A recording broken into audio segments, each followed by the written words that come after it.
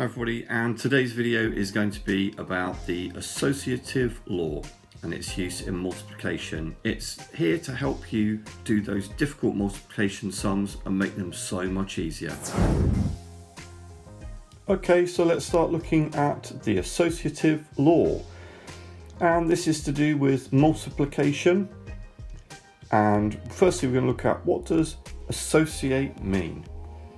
Well, associate means to be connected or to be together, to associate with things.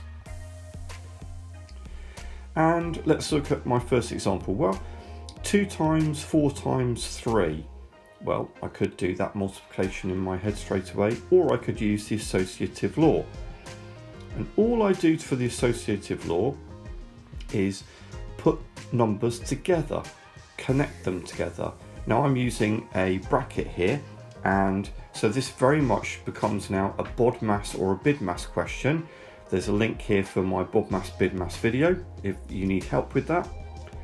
Or I could write 2 times 4 times 3, and I could put a bracket around the 4 times 3. I can associate 4 times 3. Well, what do these sums look like? Well, the first one becomes, well, I do the brackets first, so it's 8 times 3, and that equals 24. And for the second one, I do the bracket first, so that becomes 2 times 12 equals 24. If you need to, pause the video and just see how I've done that.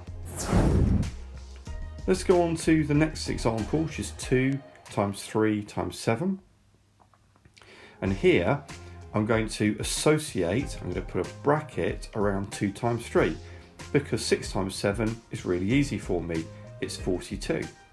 But I can have bigger sums as well to do, bigger multiplications. I don't have to be limited to one association only. So let's have a look at this.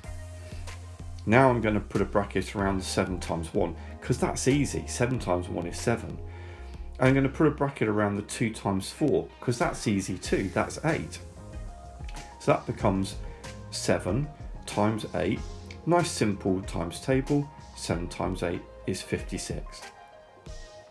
So there you go, short introduction video on the associative law. I hope you found that useful. If you did, like and subscribe. There are lots of other useful videos on this channel.